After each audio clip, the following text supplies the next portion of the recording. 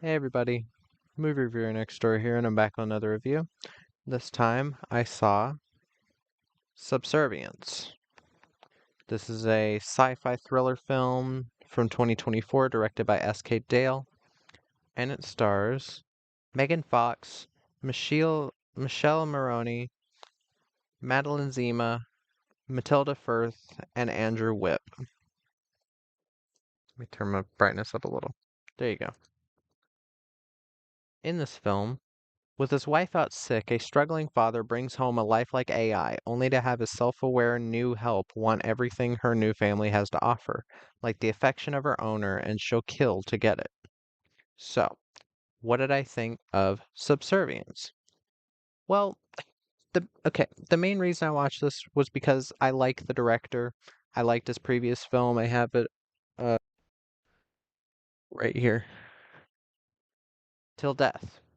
And while I don't think this is as good as Till Death, even Megan Fox's performance, I wouldn't say is as good. But then again, in this, she's supposed to play a lifeless AI that becomes, you know, I do still think this works.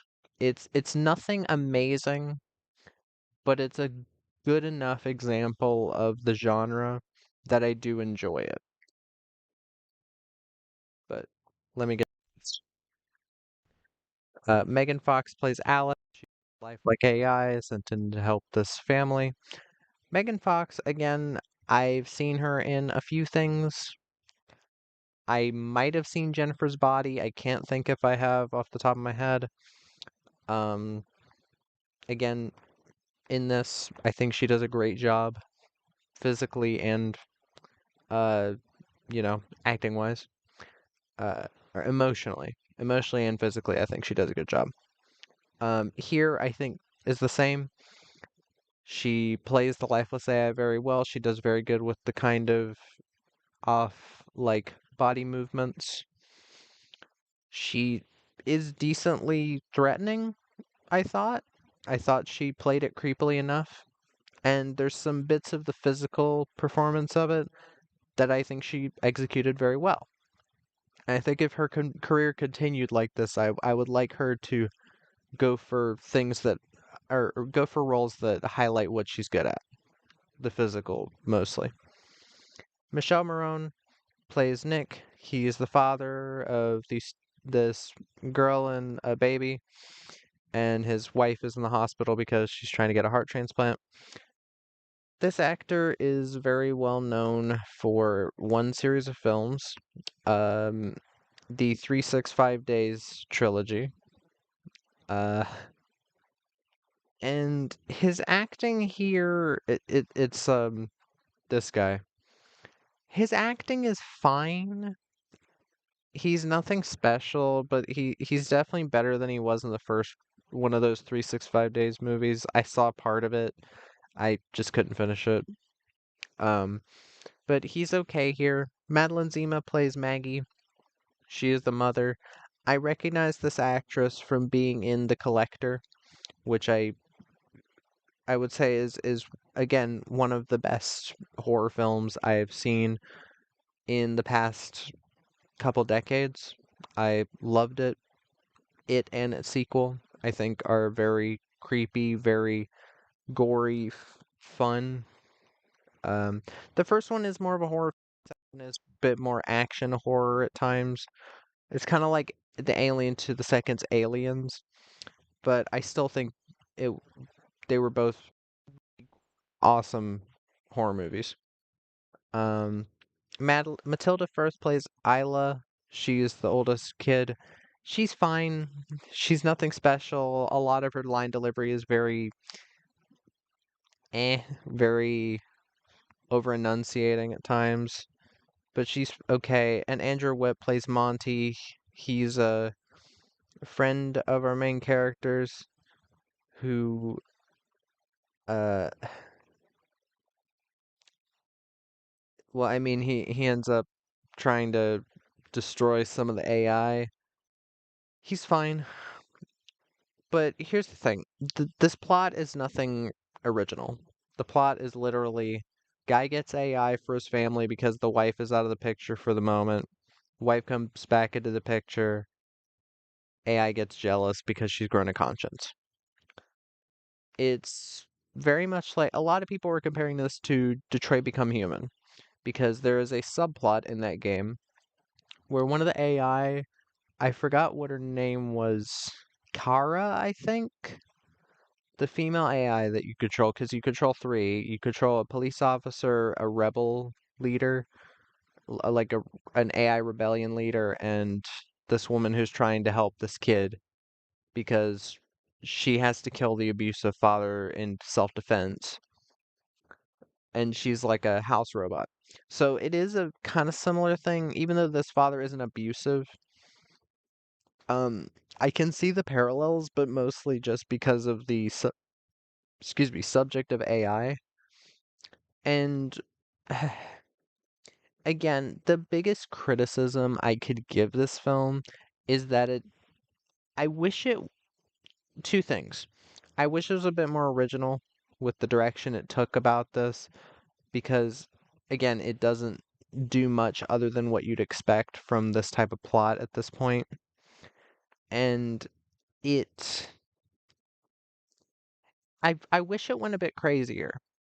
Now, I know a lot of people would be like, oh, it's schlocky or whatever if it was unrealistic. And I get this is trying to be a bit more realistic with the world it portrays, which is kind of like a real world where they're trying to replace people's jobs with AI, like actual grunt work jobs, which my personal outlook on it, I think you should replace the jobs that could be like horribly dangerous, like certain factory jobs, I think, but replacing all manual labor jobs with I think, is a very bad idea, and I think you're just asking for something to fuck up. But anyways, this film does a decent job portraying it.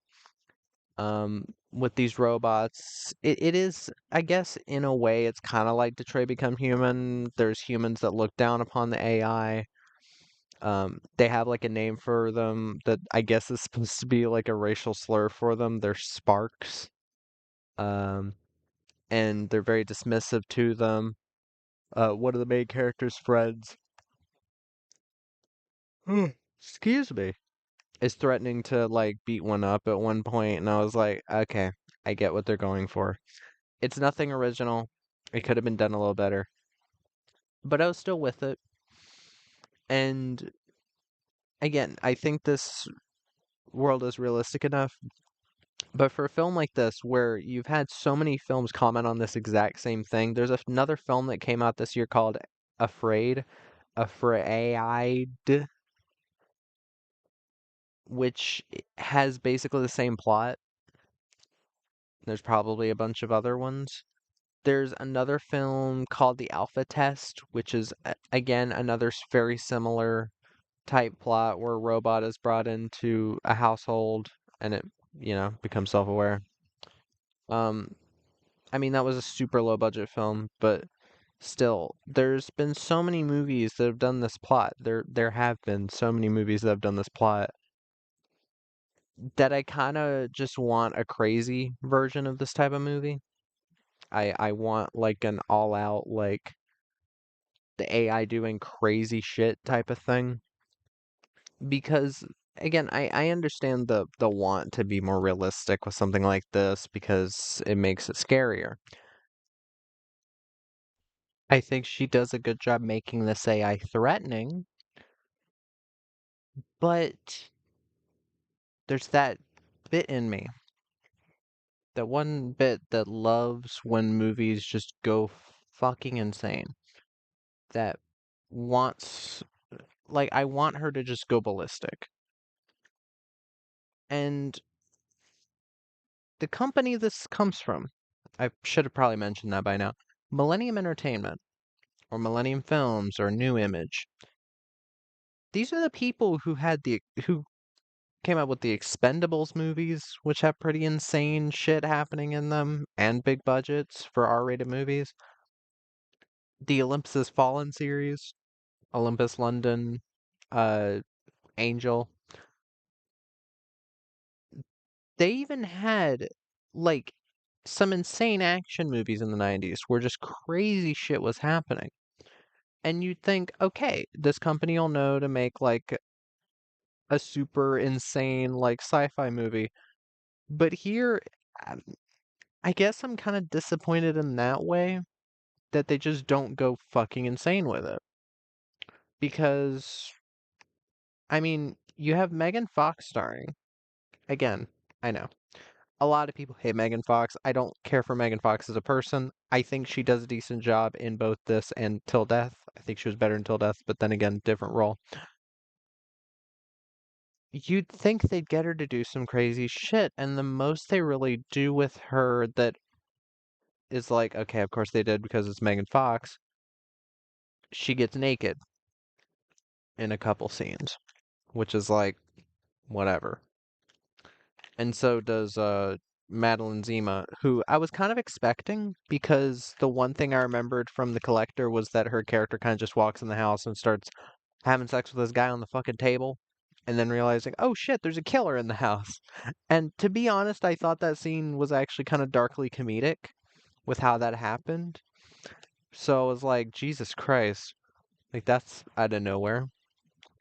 But here again, I don't think they go as ridiculous with it as they should have. And again, given the company, and I can 100% see why a lot of people rated this pretty low. Again, on IMDb this has a 5. When it was about to come out though, I saw on IMDb it had a 3.3. Now, that's happened a lot recently where there's been a lot of review bombing for movies before they've even come out and review like pushing of movies like paid seemingly paid reviews for things like Heartstopper, that gay Netflix show that people are apparently raging about, but I barely hear anybody talk about it actually. Back before that even came out, literally weeks before it came out on Netflix, it had 100% on Rotten Tomatoes. I did not take a screenshot of this, so I cannot prove it myself, but just I saw it. And it's happened for movies too. So to do with that what you will, it sounds like people were just mad that another Megan Fox movie was coming out. And I will agree on the whole thing that Expendables 4 adding Megan Fox was not a good fucking decision. I have not seen it yet. I don't care to unless I'm watching the rest of the Expendables movies. But Megan Fox and 50 Cent being your big like newcomers to the series. I mean, okay, you have Tony Jaa in Equal Ways, but that should have happened in like the second or third one. Like that should have happened a lot earlier. But like bad choice to be like, yeah, Megan Fox, she's popular, even though the other movies she had been in around that year were horribly received. Have 3 or 4 star out of 10 on IMDb. But still, here, this movie, I can say quite a few things it does well. The direction, Dale, again, just like Till Death, his direction is fucking great. Very nice looking movie, looks high budget. I don't know what the budget was. I didn't look that up.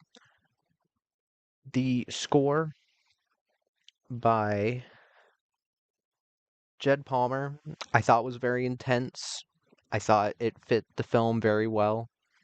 The film didn't overutilize just songs that they bought the rights to. Again, the acting overall, Megan Fox steals the show as the villain.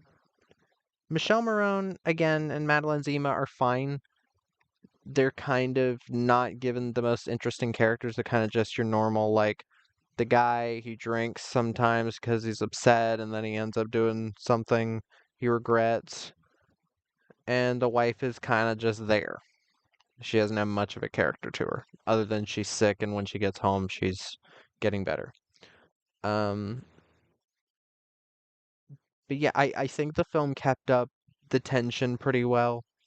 It, but again, if you need something that's really watchable, I can't see myself rewatching this. That's the thing. Usually when I give something 8 to 10, I would consider rewatching it again, or if it's a super low score, I'd consider rewatching it to see if I still hate it. Most movies that I don't end up rewatching much are around 5 to 7. Because 5, it's like, okay, you had a cool concept, but you kind of miffed it, but there's still some decent things. 6 is like, you're average, whatever. And 7 is like you're almost there, or you're just slightly above okay. So I feel like most rewatchable would be 8 to 10 or 1 to 4 because I'm like, "Oh damn, was this movie really that bad?" It was. And then I'm like, "Was this really this good?" Nah, or it was. But this one is one of those rare 8s that I'm like, I do give it an 8 out of 10. I think it's a very well done film, but it could have gone for more and it could have definitely been more original compared to other AI films. But yeah. That was my review of Subservience. If you've seen the film, let me know what your thoughts are in the comments down below. If you have any recommendations, put them down there as well. And movie reviewer next door.